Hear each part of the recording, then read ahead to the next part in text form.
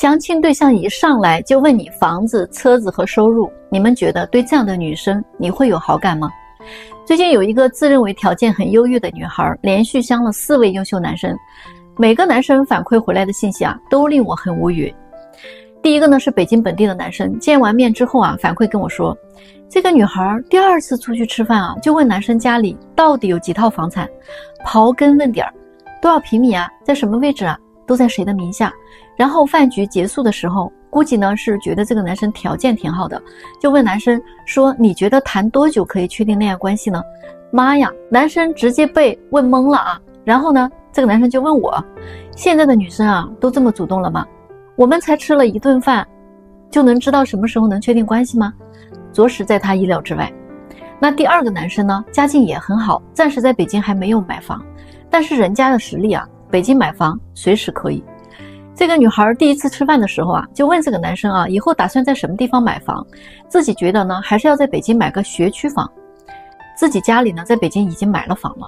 男士一问是个几十平米的小房子，而且呢在郊区，但是这个女孩呢就好像摆出了一副你连个房子都没有这样的一个架势。她的这种态度让这个男生觉得这个女孩真的是太肤浅了很无语。第3个男生呢是自己做生意的，前几年呢生意好的时候1年能挣几百万，最近呢1年因为转战线上收入就稍微的有点下降了，目前呢估计也就100多万。这个女孩呢也是跟人家问了个底儿调，把人家近5年的全部年收入都问了个遍，然后呢她还看不起这个男孩现在的收入，嫌太少了。我就不明白了，做生意的有那么稳吗？哪年低一点哪年高一点，那不很正常吗？甚至什么时候亏了倒闭了都不好说。你们说他是不是连最基本的常识都没有？还一心要找一个做生意的有钱人，一副只想共享繁华不能共担风险的嘴脸。说实话，红娘老师我发自内心瞧不起他。第4位男生的反馈更有意思这位呢也是自己做生意的，年入很高，我就不说具体了，人家呢基本都财富自由了。这个女孩真的是很无脑问人家有没有固定的办公地点，问人家为什么不在北京买房子。实际这位男士在国内有很多处别墅和房产还有写字楼，北京只不过呢暂时没有买而已。一套房子在他的眼里那这不是小意思吗？但是这个女孩就只盯着人家的问题看不看人家的综合实力。说句实话，这几个男生没有一个配不上他的，我估计他相那一大圈也不会有什么结果的。可是你们知道吗？后来我问他为什么总是盯着这些东西问，会很影响别人对自己的印象的。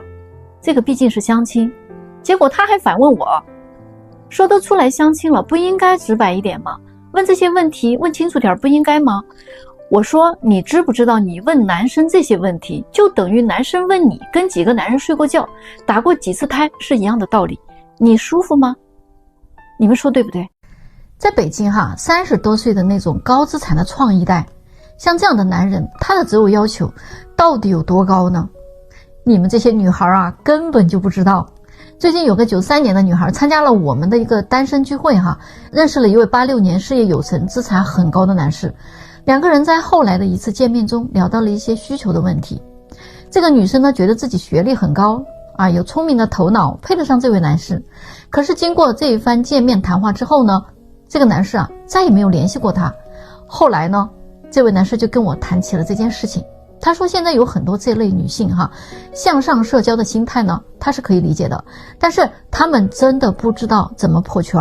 说实话我们这个圈子里的男人呢，身边其实也不缺乏年轻漂亮的女人，那为什么我们还会去相亲市场看看呢？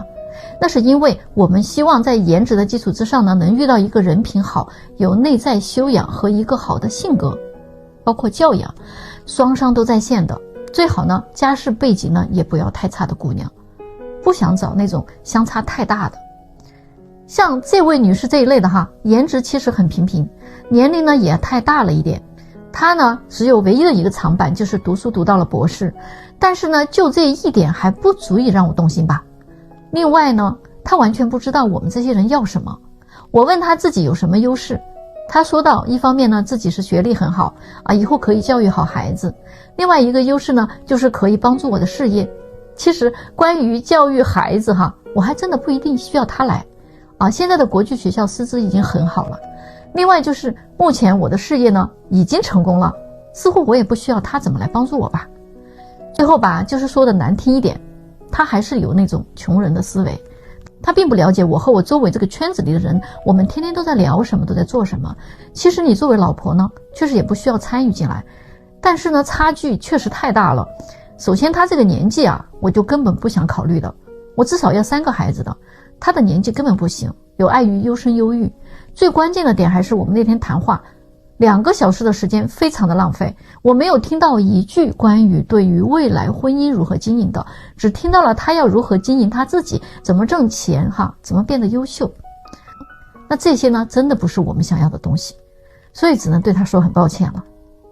你们看看创一代的要求啊，真的不是你们想的那样简单。大龄的女生真的她们是有诸多的无奈的。虽然这么说有点扎心，但是我句句都是实话。今天跟一个36岁的女生沟通，她呢1.68米的身高海归硕士学历，年薪50多万。她呢说实话长得确实挺一般的，但是她从头到尾讲的话就非常自信，但是她又很无奈。她说姐我看了你很多视频，觉得你说的很多情况都是事实，只不过我这个年纪的女生可能我们不太容易接受我们真的是不知道年龄大了这么一点点就这么难被接受了吗？我们大部分也都是为了让自己变得更优秀才把自己给耽误了的。今天我鼓足了勇气和你讲一讲我的心情。他说我研究生毕业的时候就已经27、28了那会儿呢怕耽误学业嘛，就不太上心谈恋爱，感觉呢还是要先打拼事业的。当我事业有成了以后呢，一定能找一个更好的优秀的男生的。结果呢没有想到一旦打拼事业就又考这个又考那个考完了之后呢就到31、2岁了。这个时候呢我就觉得我应该找一个对象成家了。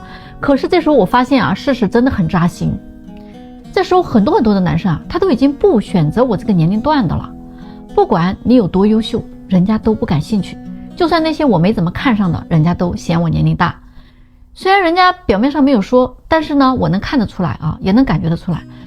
所以说呢，我们到了这个年龄呢，想找一个条件好一点的，你比如说也就是男生1.75米以上大自己5岁以内本科以上学历，年薪比我低一点都行，有个30、40万就行。我感觉这个要求也不夸张，最多呢就是要求有个房子，家里呢在北京呢给我买了房的，而且呢还是全款的。然后呢有个代步的车就行。这些已经是我再三思量之后降低了的要求。怎么还是这么难找呢？我给他分析了一下实际上他的要求哪一条都不过分，但是你把这所有的条条框框放到一个男生身上的时候，但凡这个男生他能满足所有的要求，他的条件已经算不错了，他就会对女生在年龄上有要求。就有很多大龄的人来到相亲市场他们都会告诉我们说自己是因为什么什么很合理的原因造成了现在年龄大的结果。我说实话，其实根本就没有人会关心你是因为什么原因单到现在的。大家呢只关心你现在已经到了什么年龄了，担心你的生育价值了条件好的男生已经不会考虑这个年龄段的女生了，甚至呢很多大龄的女生家长也会说，哎呀我们要找一个什么什么样的，我们要找一个什么样的。但是我真的很想提醒他，你可能不知道咱们现在的这个年龄女生其实基本上已经没有选择权了，选择权基本上在男生手里，我们已经没有什么主动权了。如果说但凡我们看上了这个男生，往往人家就有很多的选择，不一定就会选你。你换位思考一下就明白了。如果你现在是一个男生，在北京有房有车，经济条件还不错，那30出头的年纪，你自己愿意找一个30多岁的女生吗？你自己可能也不会愿意的。那这个道理就很简单，就是己所不欲勿施于人。你换位思考之后感觉自己都做不到的事情，咱也去强求不了别人的。35、6岁的女生，如果你还想结婚的话那还是可以挽救的。当然如果你说你对婚姻不积极，而且呢你也特别挑剔，那这样的话呢我还是劝你放弃了基本上你找不到理想型的。但是如果你能够降低要求，并且呢你也积极主动，那就再努力一把，还是有希望的。所以我发现有很多的大龄女生尤其呢是学历高的那一类大龄女生，她们真的很无奈。我其实真的能理解她们，你们觉得呢？这送出去的东西还有要回来的道理吗？现在呢这样的事情还真的是越来越多了特别是那些相亲认识的男男女女。恋爱推进不下去了，或者呢是分手了啊，男生呢就会想着办法把花出去的钱，或者是呢给女生买的一些贵重物品啊，他要回来。这样做到底好不好呢？最近呢有一位相亲谈了3个月的女生哈，她觉得彼此不太合适了，就跟男生提出来了，就不想接触了嘛。结果呢这个男生第2天就给她发来了一条消息啊，居然是这3个月以来请女孩去那些高档餐厅吃饭花的钱，还有呢给女孩买名牌包包花的钱和520转的账，前后呢也花了好几万了啊。男生说，既然你都不知道合不合适啊，干嘛要花我的钱买这买那呢？啊，还接受我的礼物，我又不是上辈子欠了你的，要是觉得咱们不合适，那你花我的钱是不是也不太合适啊？所以哪天你方便了，把这些钱还给我吧。结果搞得这个女生一个晚上都没睡着觉，她觉得很恶心哈。就这么着，这个女孩就觉得委屈啊，就跟我诉苦嘛，说自己从来没有见过做人做事这么掉价的男人，送出去的东西还有往回要啊，就连分手都要恶心你一下，你知道吗？他送的东西又不是什么特别贵重的，也就千把块钱的化妆品啊，最贵的也就是一个1万多的包啊。我当时就给他转了2万块钱，然后呢我立马就把他拉黑了。这种男人我永远也不想再联系，连一点退路我都不想给他留啊。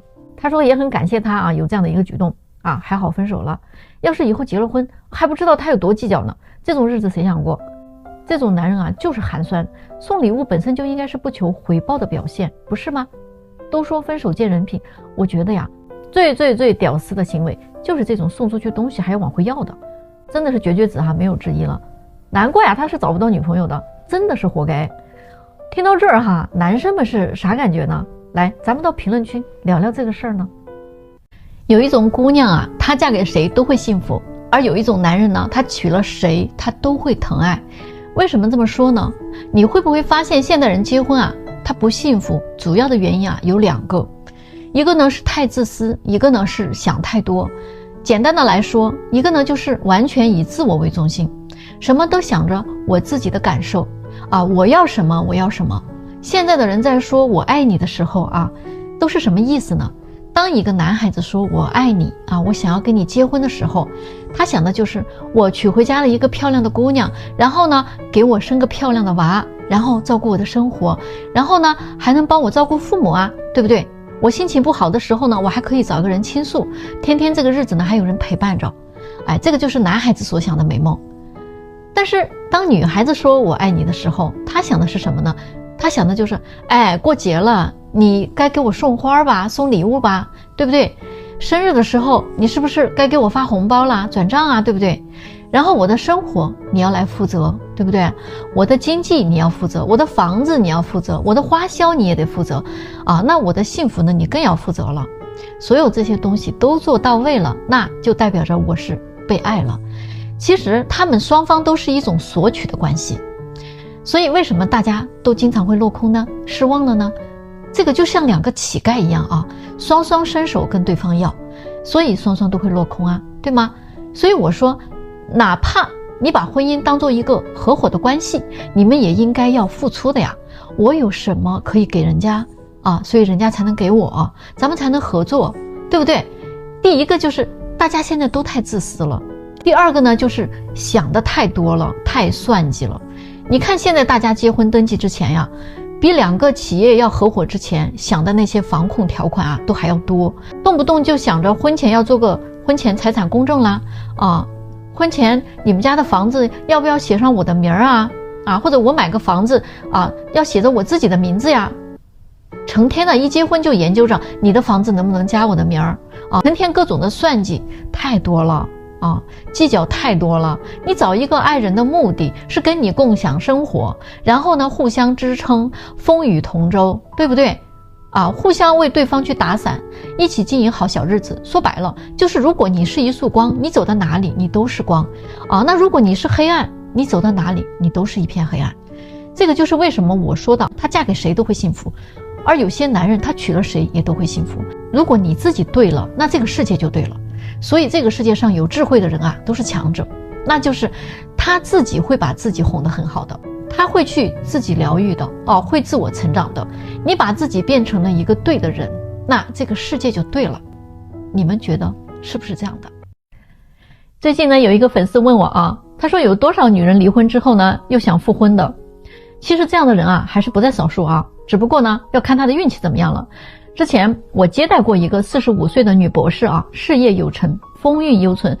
她离婚了，带着16岁的女儿一起生活。她刚来找我的时候心气儿特别的高，要求找一个学历跟她差不多的，形象气质也得不错的，并且只接受比自己小5岁和大5岁之间的男士，身高必须得180以上啊。当然经济条件更不用说了啊，得有多套房产和7位数以上的存款。她觉得自己的条件很好，所以呢配得上这样条件的男士。她说她的前夫比她大15岁啊，现在呢自己正当年，但是老公已经太老了。虽然对自己也挺好的啊，而且知识还挺渊博的，内涵也很丰富啊，谈吐也很高雅，但是就是身体不太好啊，思维啊可能守旧了一些，总之在各个方面啊都跟不上了。所以呢她提出了离婚。这位客户啊，虽然我匹配起来非常困难，但是不管怎么说人家是客户啊，所以我尽心尽力帮他找。刚开始啊他选人到了极致挑剔的程度，除了对方是博士学历之外，还要看对方的本科在哪上的啊，如果不是基本的名校啊，似乎也入不了他的法眼，又或者呢不是高级领导层或者大老板级别的啊，也是不成。总之呢挑来挑去的啊，结果是什么呢？那些能达到他全部要求的男士确实是有的，但是无一例外全部都拒绝了他，有的连面都不愿意见。后来呢他就把条件啊稍微降下来了一些啊，说要不然呢就找一个年龄比自己小一点的，条件呢也不如他的啊，但是呢那必须得长得好。于是呢我还真给他匹配到了一位这样的男士啊，1.80米的身高，硕士学历啊，在一家金融机构呢做管理的，也是离异的，比他小5岁。可是啊他们大概交往了半年啊，这个女士呢又过来找我了啊，说这个还是算了啊，不想继续交往了。我一问才知道啊，她说这个男士呢倒是愿意跟她结婚，对她呢也不错，唯一的问题就是啊，对方收入不高，消费方面根本跟不上她的档次，两个人出去吃饭也好，旅游也好，都是女士在掏钱。刚开始呢她是处于好感啊，都不在乎，但是时间一长啊，她就觉得这个男人除了这个皮囊啊，就没有什么地方可以吸引她了。而且呢她越来越感觉这个男人就是想吃软饭的。因为最近有一次啊，这个男的接了一个项目啊，想让他呢投资几百万。虽然这些项目的真实性呢他背后做了调查，确实是真实的，但是他觉得对方的胃口太大了，如果投个10来万啥的啊可以帮一下，这么多钱啊他是不会投的。但是两人的关系突然陷入了尴尬，于是呢他就结束了跟这位男士的交往。经过这一次啊，他还是希望能找个经济条件好一些的，可是后来呢我又陆续给他介绍了几位，又是一样的啊，被人家拒绝了，全部都被拒绝了。